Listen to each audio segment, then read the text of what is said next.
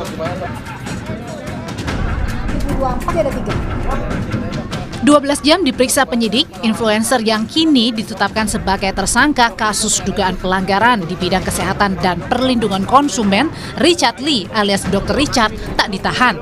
Polisi bilang karena alasan kesehatan, Richard diperbolehkan pulang beristirahat. Pekan depan akan dijadwalkan kembali pemeriksaan lanjutan. Merasa kurang enak badan dan dari pihak pendamping atau penasihat hukumnya meminta untuk menghentikan pemeriksaan untuk melakukan istirahat dan nanti akan dijadwalkan kembali untuk melanjutkan pertanyaan sampai ke pertanyaan 85 yang akan dijadwalkan minggu depan. Influencer Richard Lee ditetapkan sebagai tersangka buntut dari laporan yang dilayangkan Samira Farahnas alias Doktif atau dokter detektif yang juga telah ditetapkan sebagai tersangka kasus dugaan pencemaran nama baik yang dilaporkan Richard Lee. Doktif mengaku laporannya berdasarkan bukti dan keterangan para saksi juga korban. Itu Doktif mengatakan, Richard, kamu nggak punya surat izin praktek kan di klinik, itu semua dengan fakta, data, dan saksi yang saat ini masih hidup. Ini ditetapkan sebagai tersangka. 3 alat bukti. Ya, atas bukti yang Doktif sertakan? Ada 3 alat bukti ya.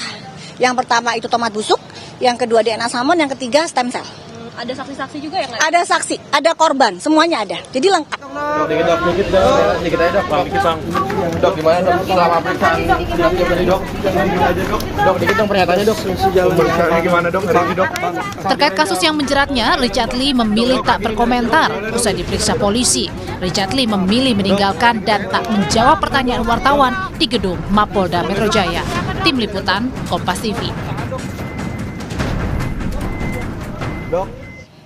Bagaimana kemudian pelapor pencemaran nama baik Richard Lee alias Dr. Richard kini yang bersangkutan ditetapkan sebagai tersangka dugaan pelanggaran bidang kesehatan dan perlindungan konsumen oleh terlapor pencemaran nama baik.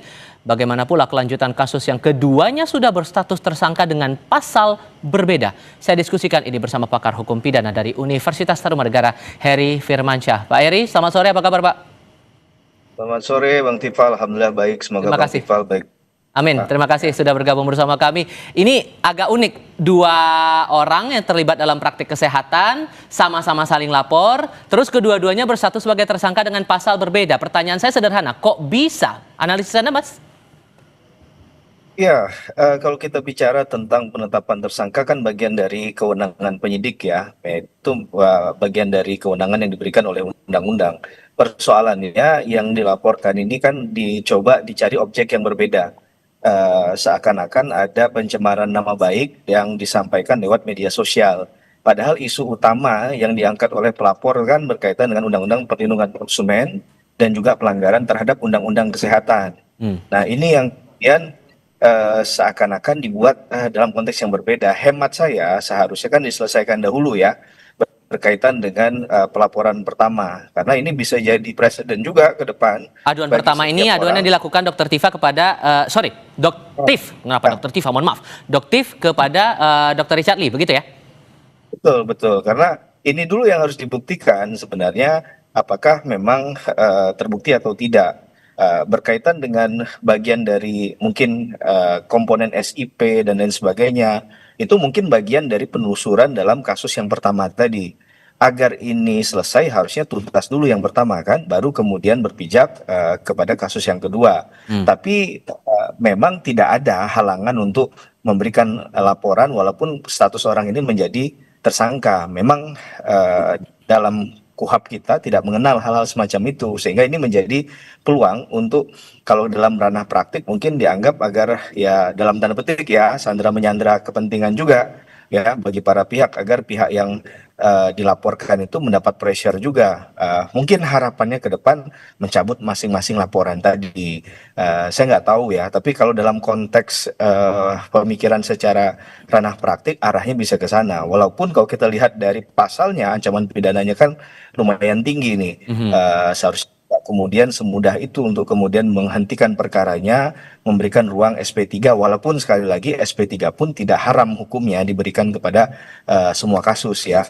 Tinggal bagaimana pemberian SP3 itu apakah benar-benar misalnya buktinya kurang ya, dan perkara bukan perkara pidana, dan misalnya yang menjadi tersangka siapapun itu dalam proses hukum pidana meninggal dunia. Oke.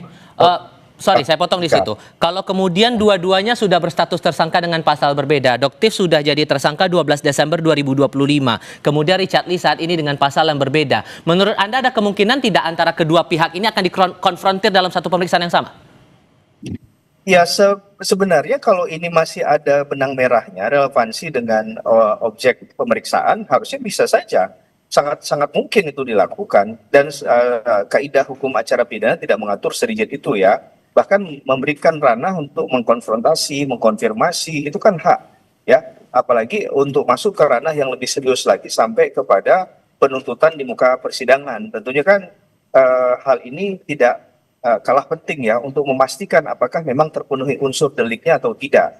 Jangan-jangan setelah dikonfrontasi ya ada penilaian hukum dari penyidik yang bisa memastikan bahwa ternyata hanya satu saja yang jadi tersangka misalnya, karena hal yang disampaikan memiliki kebenaran. Nah, kita nggak tahu atas dasar misalnya si pelapor tadi dijadikan tersangka dalam kasus pencemaran nama baik di Undang-Undang ITE, apa poin utamanya, kemudian oleh penyidikan untuk menetapkan seorang itu menjadi tersangka, karena ini ditarik ke ranah undang-undang yang lain, tidak bicara undang-undang awal yang dilaporkan oleh. Tapi kalau kemudian dikonfrontir dan setelah dianalisis oleh penyidik, apakah ada kemungkinan Anda membuka asumsi bahwa hanya akan ada satu tersangka di sini, kemungkinan perubahan pasal juga bisa memungkinkan itu terjadi?